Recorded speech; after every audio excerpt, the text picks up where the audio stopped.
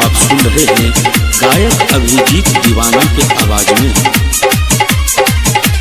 पहले तो तू हमरा सगई प्यार कर छली, पहले तो तू हमरा सगई प्यार कर छली। गए गोरकी किया तू छोड़ के चल गली, गए गोरकी किया तू छोड़ के चल गली। पहले तो तू हमरा सगई प्यार कर छली, पहले तो तू हमरा सगई प्यार कर छली।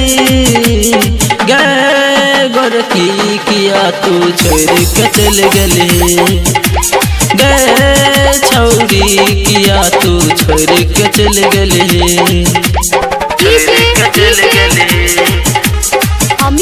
छौरी छोड़ के चल गली, अपहर अपहर छोड़ के छौरी छोड़ के चल गली।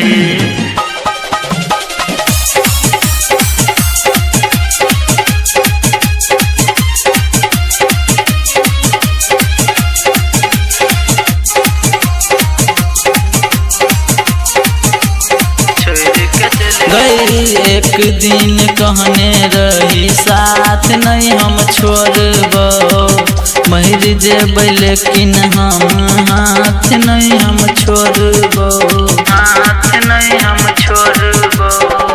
एक दिन कहने रही साथ नहीं हम छोड़बो, मर जेबै लेकिन हम हाथ नहीं हम छोड़बो।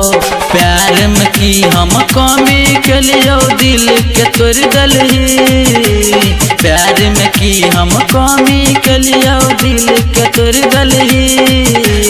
गए गोरकी किया तू छोड़ के चल गली, गए गोरकी किया तू छोड़ के चल गली।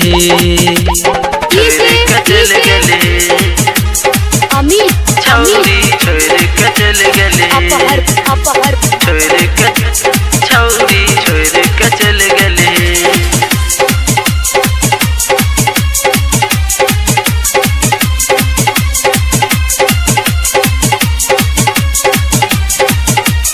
छोड़ के चल गली। जियो के मोबाइल ईयरफोन तू ले ली, झूठो मुठो क तू किरिया गई खेल, किरिया गई खेल। गोरकी जियो के मोबाइल ईयरफोन तू ले ली, झूठो मुठो क तू किरिया गई खेल। अलता और लिपस्टिक तू गई प्रिय में लो लेली, अलता और लिपस्टिक तू गई प्रिय में लो लेली।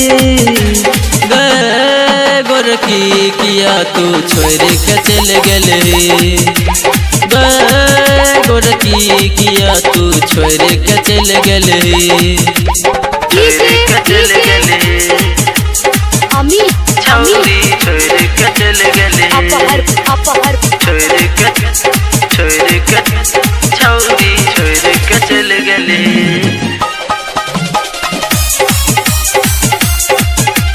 अभी आप सुन रहे हैं महामाया रिकॉर्डिंग स्टूडियो की शानदार प्रस्तुति।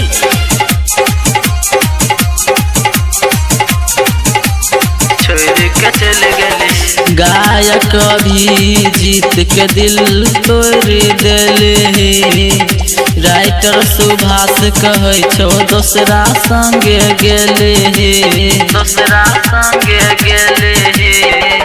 गायक अभिजीत के दिल तोड़ देले, राइटर सुभाष कहे छो दोसरा संगे गेले।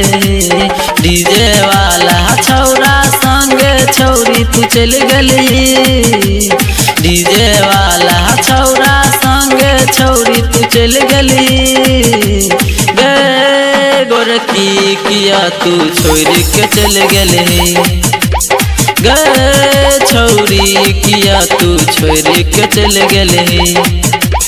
पहले तो तू हमरा सगई प्यार कर छली, पहले तो तू हमरा संग प्यार कर छली गए गोरकी किया तू छोड़ के चल गली गए गोरकी किया तू छोड़ के चल गली गए गोरकी किया तू छोड़ के चल गली छोड़ के चल गले छोड़ के चल गले छोड़ के चल गले।